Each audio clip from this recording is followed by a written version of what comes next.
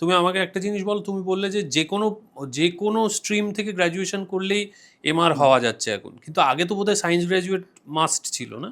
দেখো, তুমি যদি 80s চলে যাও কি আর্লি 90s, তখন science graduation was a must. তখন একজন ডক্টর অ্যাভারেজে একজন মেডিকেল রিপ্রেজেন্টেটিভকে 2-2.5 মিনিট সময় দিতেন। তখন অনেক সায়েন্টিফিক ডিসকাশন হতো।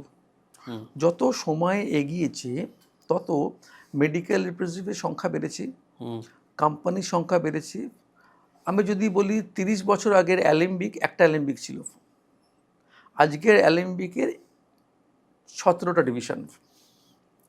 সানফার্মা 90-এর দশকে একটা সানফার্মা ছিল, আজকে প্রবাবলি তার 43 ডিভিশনস। বাবা!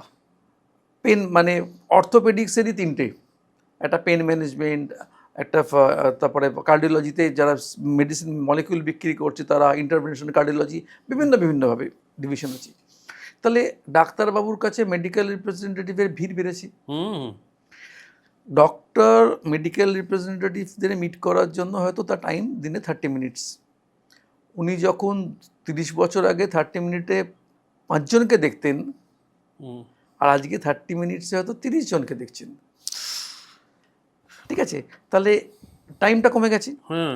সো আগে যেটা ছিল সায়েন্স ড্রিভেন ইন্ডাস্ট্রি, এখন বেসিক্যালি হয়ে গেছে কমিউনিকেশন ড্রিভেন ইন্ডাস্ট্রি।